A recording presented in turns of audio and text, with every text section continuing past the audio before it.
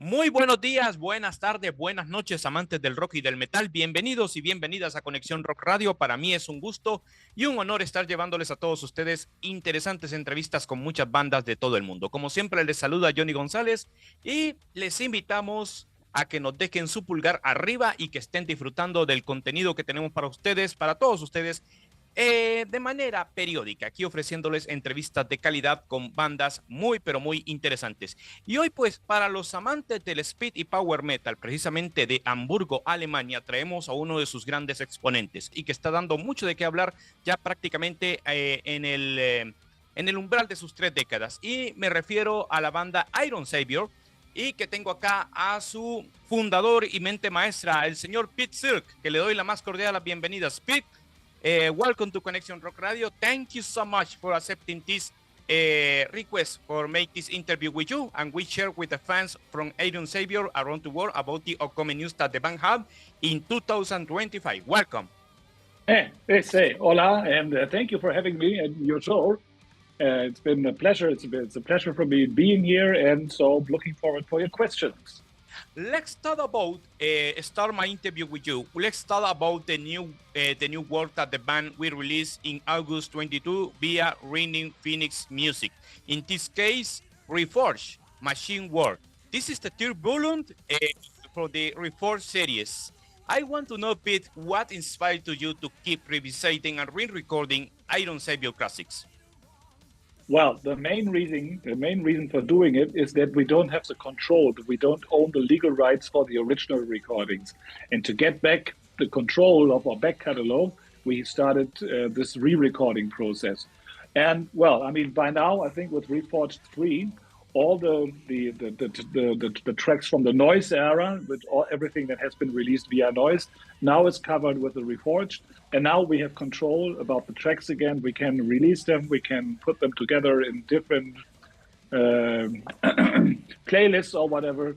And that was the main reason. And a second opportunity also for me was to polish up the songs a little bit and bring them to a modern but yet still Iron Savior-like sound.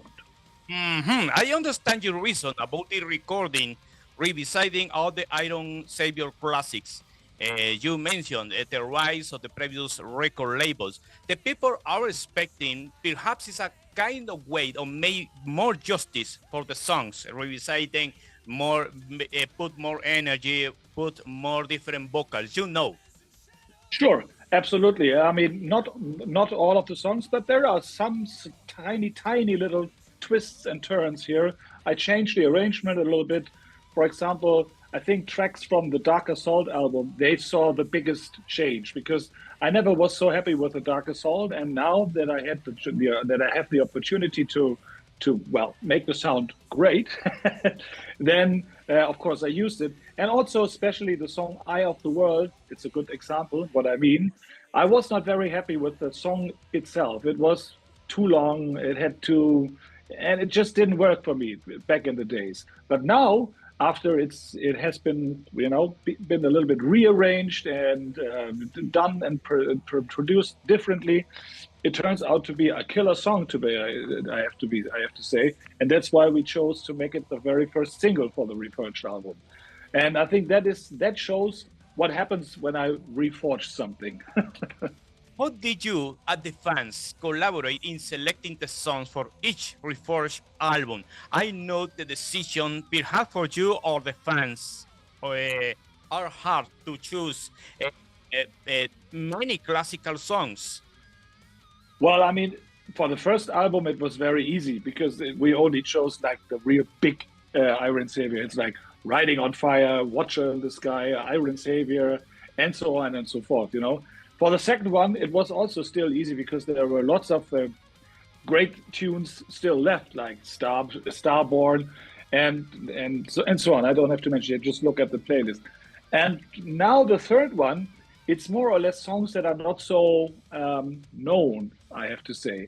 But since Iron Savior never produces crappy songs, they're still great songs. And I think for me, what is very interesting is that now that they are removed from the original albums and stand on their own, they turn out to be much more powerful and even better, than on the original albums. One example I want to give you: "Walls of Fire." It's a great song. It's an awesome song, But on Condition Red, there's Titans of Our Time, there's Protector, there's Ironbound, there's Paradise, there's Thunderbird, And so this song, "Walls of Fire," is not impacting as much as it does now. About the classical Iron Savior albums, I share with you a memory many years ago, perhaps in the early 2000s. I seek in the record store here in my city many CDs, looking for a CD for getting my collection, personal collection. And see to you, my first discover was because one friend of mine shared with me many classical songs. My first introduction for Iron Savior was "Watcher in the Sky," and then the collaboration with Heavenly Time Machine. Wow! That Time Machine is an awesome song. I love Time Machine. Yeah. And then I seeking many CDs, and then I seek Light at the Final Frontier. Why the hell I have the CD and DVD here in my personal collection? I love the live show, man. Yeah, it's great. I love the CD as well. It's perfect. It was a really good show we had back in the days. I think it was 2015. Yeah, I think it was 2015 here in Hamburg in a club called The Knust, where it was recorded. Yeah, great show, great audience, and I think the band also was quite okay. Looking back to Reforged, Reading in Fire in 2017, and Reforged Iron Bowl in 2022, what difference in production or performance do you feel to comparing these two parts with the third part, in this case, Machine World? Well, I mean, as a producer and a sound guy, and also as a musician, I mean, I'm 60 years old by now, but I'm still learning, And so it's producing. It's a process of constant learning, and so also my production skills have evolved. I use different platforms now, which I consider to be better. And so I can think that the production level, of course, is raised. I think it sounds better than the previous albums. I think I would say it's the best sounding from the three. That is because I have been learning, Let me to say you about the Machine World. I like all the tracks. Never Say Die, Walls of Fire, Dragon Racing, Stone Cold, Break It Up, Winds of Deliverance, Forevermore, Empowerment, and of course, a nice way to close the album with a rendition from Starbreaker from Judas Priest. About this point, you know that you re-recorded another classical album, in this case, Megatropolis 2.0. I know, Pete, this is a rework edition from the album from 2015 to correct aspects where you are unhappy with many aspects in the production or the mixing process. Had you applied any similar reflection or techniques when preparing Machine World for correcting everything? Any musician says, all the songs are perfect. When listening to the album, the final products, I'm thinking, I prefer... Oh, yes, of course. Yeah, of course. Of course, that's what I just mentioned in the beginning. Of course, I have been reworking some songs, something that wasn't convincing in 2025 anymore. I changed that. For example, a good example for that would be Dragons Rising in the original recording on the Dark Assault. The drum is not so cool. At that time, Thomas and I, we wanted to be progressive, and so we came up with progressive drum patterns, to put it like this, But they didn't work out. They were always like hitting the brakes, with the song. It would never start, when you come into a flow, the flow was destroyed by a drum group which wasn't fitting. Now that has changed. The drum arrangement on the Dragons Rising is completely different, and I think now this song really has something, what it always was missing. It has a flow. You listen to it from the beginning to the end, and you're not getting interrupted. There are no breaks. It's no awkward feeling anymore. And so that is, of course, something that I do to the songs. Some songs need a little bit more adjustment, like Dragons Rising. Some have been really almost perfect the way they were. And so I just have been recording a couple of more backing vocal tracks, to make the backing vocals more impressive or stuff like that, or change some keyboard stuff or add a little something. But that is not really a change. A change is Eye of the World has seen a lot of changes, and Dragons Rising. We know that you had changes in the lineup. In this case, you had a new bass player, Patrick Opitz, replacing Jan-Sören Eckert, one of the former members, of course. I want to know, my friend, what expectation have you about the work that Patrick made with the band now in this new chapter in the life of Iron Savior? Well, first, I have to say that for us, it was, of course, hard to say farewell to Jan. But after almost 30 years, he didn't feel like that he could continue it anymore. It's, I'm 60, Jan is about the same age. And, everything, as we say here in Germany, has its time. And for Jan, the time with Iron Savior was over. And in the end, we had to accept that. And speaking of Patrick Opitz, Patrick Opitz always in the past was filling in for Jan when Jan was unavailable for job reasons, Then we called Patrick Opitz, who then took over the bass and played for Jan. And of course, because of that, it was a totally natural thing for us to ask him first if he would be interested in taking over the bass guitar permanently in Iron Savior now with Jan's departure. And so we knew him before. He is a great guy. He plays a very decent bass guitar, and I think he fits the band and also the chemistry of the band, not the music chemistry, but also the personal chemistry very well. And we're absolutely happy having found him so quickly, About the life of the band, Iron Savior approaching 3 decades in 2026, how do you reflect on the band's journey and what keeps your creative drive alive after 3 decades of make classical works? Well, for Iron Savior, I can say when I started out, it started out as a project. I was about to record one album to see what is happening or make it a side project, because when I started Iron Savior, I mainly was a sound guy, recording in studios, working for others as a music producer or whatever.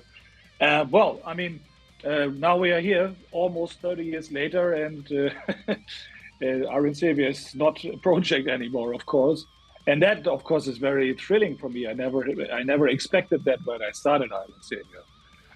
So that's really awesome that this has happened. And one thing, some people always ask me that if I'm not a little bit, let's say, put it like this, jealous to Halloween or my other friends who are, or Uwe, who's with Accept and stuff like that.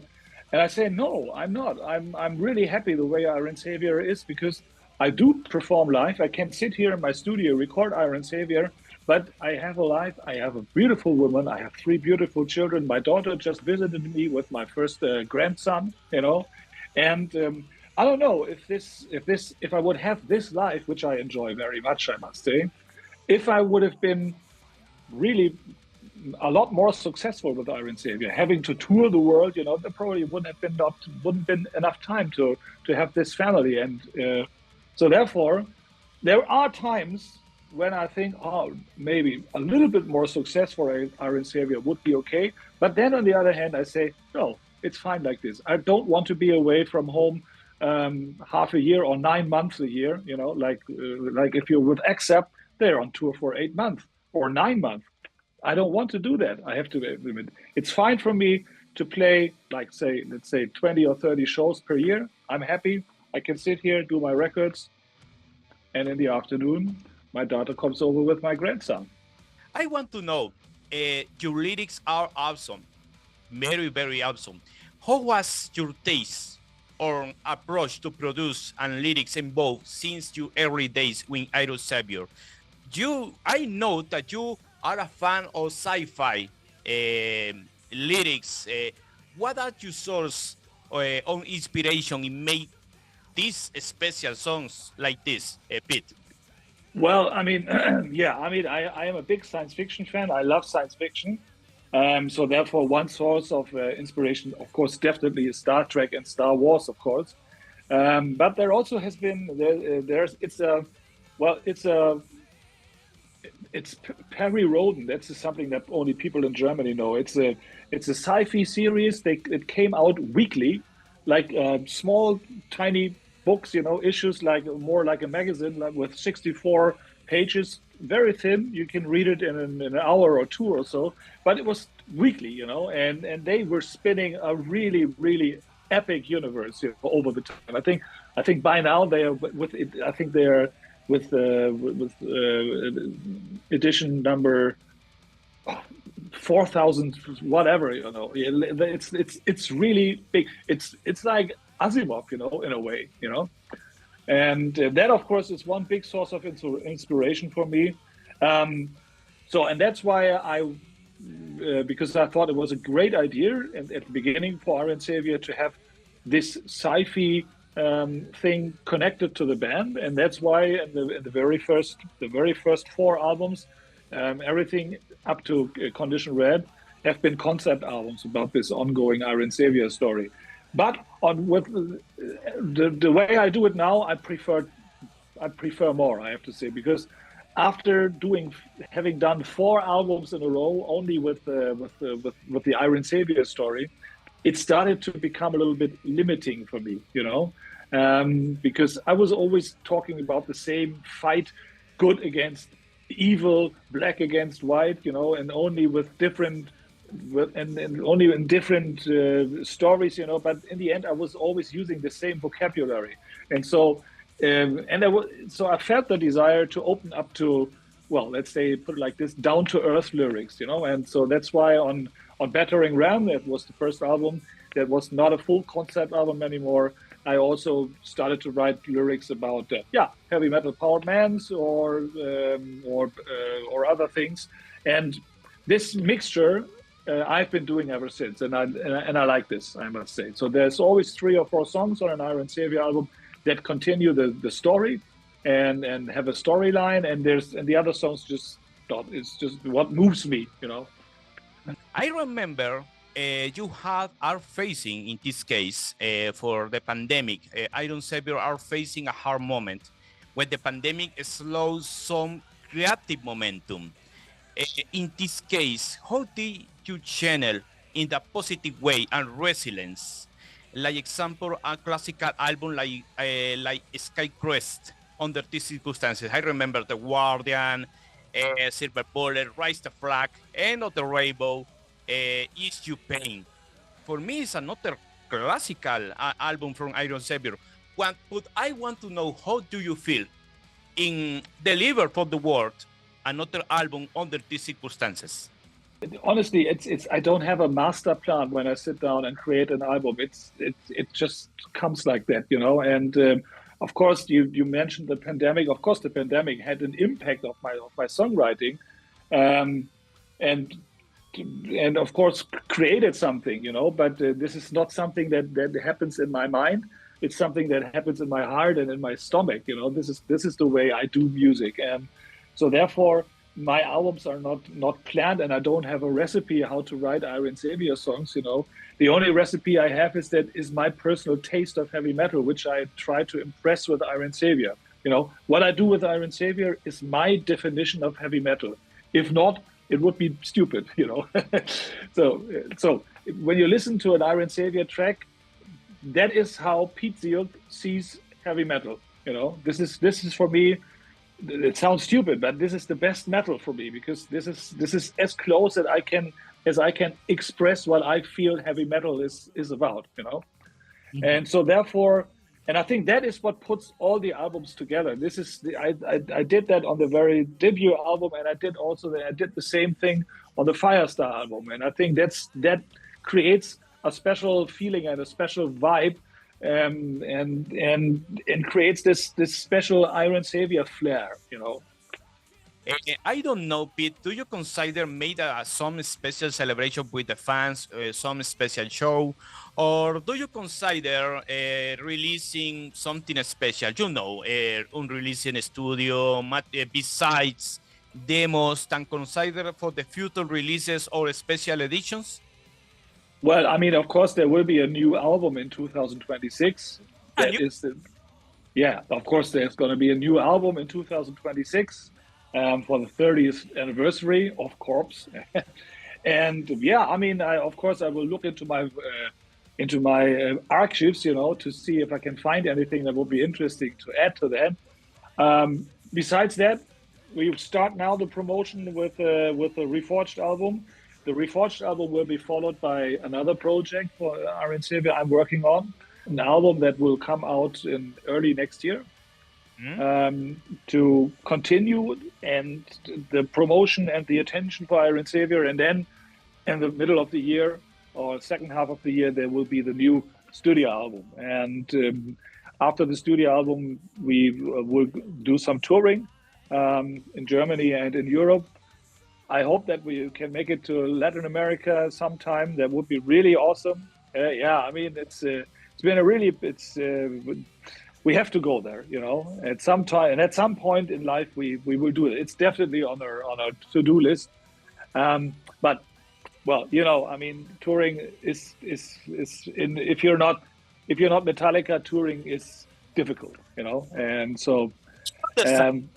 But never say never. But that is the basic plan. What is about to happen? We have the Reforged album. We have this other baby I just mentioned. Then we're gonna have the new studio album in 2026, and after that, touring and playing festivals, and hopefully coming to Southern America. Many people are considered. I don't know. This kind of question will be stupid, but I throw to you. No stupid questions. The people are expecting with the rescue of many classical Iron Savior songs with the Reforged series, Post Machine War, Reforged Volume 4? No, because I think it's a trilogy, and as I just mentioned, with the Reforged number 3, Machine World, we have covered all the noise catalog, and I think we just talked about Megatropolis. Megatropolis is remixed as well. And the landing is also remixed for its 10th anniversary. The landing is still sounding very well, so that's okay for me. And also the new albums, I don't see any reasons to rework them. They work fine for me. If I listen to Rise of the Hero or Titancraft or Skycrest, there's no need to remix them. They sound just good, One thing that now we can do, that we have control of all the tracks. Now, after the Reforged are released, now we can start releasing the albums, the original albums. We can now release the debut with all the re-recordings. Then we can lose Unification with all the re-recordings. Then we can release Dark Assault with all the re-recordings. That is something that we might do in a couple of years. Cover of the story with the current lineup. What the fans are expecting in terms on live shows, touring, with the release on Reforged Machine War? The people here in Europe or another parts of the world are enjoying this new album with from Iron Savior, are enjoying singing many classical songs with you. Well, I mean, for this album, of course, we do not make a complete tour. As I mentioned earlier, the touring will be next year when the new studio album comes out. We play a couple of shows like this year. We play some festivals, and of course, we bring on actually some. We're going to play Walls of Fire. In November, we play a festival here in North Germany from Metal Hammer Paradise, and I think we bring Walls of Fire to the stage to see how it works. And I could imagine that it stays in the set and becomes a part of the regular Iron Savior show set. So, okay, Pete. what message do you want to send for all the people that enjoyed this interview? And again, thank you so much for the chance in talk to you in this day. It's a perfect way to start today in talk with you. And of course, Conexión Rock Radio are looking forward to talk with you in the future and keep continuity, the history and the legacy of a great band like Iron Savior. And again, the best luck with Reforged Machine World. Well, I mean, all I can say is muchas gracias for having us here at Conexión Rock Radio, and that we, Johanny, I know that we were, we wanted to talk for a long time, and now that it finally works out, it's also great. And so, yeah, once again, muchas gracias for having us here, and looking forward to talk again soon. Bueno, damas y caballeros, pues ya escucharon aquí al gran Piet Sielck de la banda Iron Savior, que pues está celebrando este importante legado con Reforged, pues precisamente con esta nueva entrega de Reforged que es Machine World. Les invitamos para que puedan comprar su álbum y de igual manera a la gente en otras partes del mundo pues que disfruten y que estén al pendientes de los conciertos que esta icónica banda de power metal alemán pues va a estar preparando ya en la celebración de sus casi 3 décadas de existencia. Soy Johnny González. Estas fueron las entrevistas internacionales en Conexión Rock Radio, pendientes de la próxima de nuestra serie. Y como siempre les decimos a todos ustedes, que el rock y el metal no falten siempre en su dieta diaria. Que la pasen muy bien.